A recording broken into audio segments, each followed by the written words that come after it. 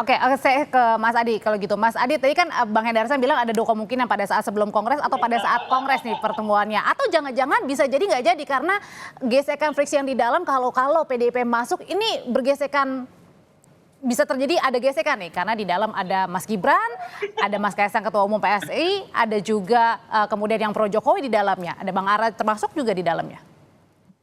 Ya, sebenarnya secara prinsip bagi PDIP yang penting itu tidak ada masalah apapun dengan Prabowo Subianto.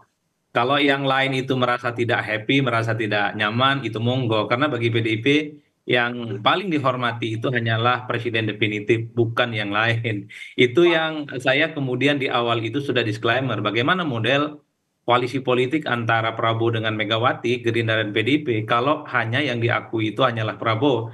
Coba saya bisa membayangkan sedikit ya. Kalau betul bahwa yang dihormati dalam koalisi ini hanyalah Prabowo, jadi ini semacam koalisi sebelah mata.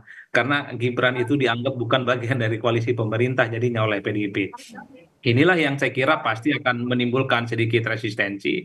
Dan Karena tadi pastinya pada akan saat di video juga nggak ada mendorong. salaman dengan Mas Gibran gitu ya, Betul, atau karena ketemu bagi PSI. PDIP ya hanya ingin berkoalisi dengan Prabowo sebagai partai pemenang Pilpres. Yang lain-lain itu kan juga dianggap sebagai bagian dari partner koalisi. Tak ada bedanya juga dengan PDIP yang kemudian kalau betul ingin berkoalisi ya. Tapi secara prinsip begini, kalau menurut saya ya, saat ini itu sedang kalau saya berpikir agak kritis ya, apa urgensinya PDIP itu bertemu dengan Gerindra?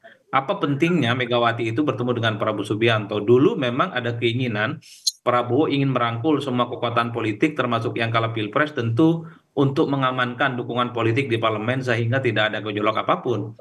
Nah, per hari ini hampir 85% dukungan politik sudah di tangan Prabowo Subianto dan per hari ini tak ada satupun partai politik yang kemudian ingin jadi oposisi. Nah, yang kedua, PDIP sekalipun Berarti di sini sebenarnya adalah PDIP yang lebih membutuhkan Pak Prabowo. kalau melihat kecenderungannya seperti itu, kalau dulu memang ada kesan bahwa Prabowo lah yang membutuhkan partai-partai yang kalah di Pilpres. Ini yang disebut dengan politik gotong royong sehingga instabilitas politik itu bisa dihindari. Kalau mau jujur sebenarnya kalau alasan stabilitas politik, dukungan politik di parlemen sebenarnya Prabowo sudah tidak butuh PDIP ya.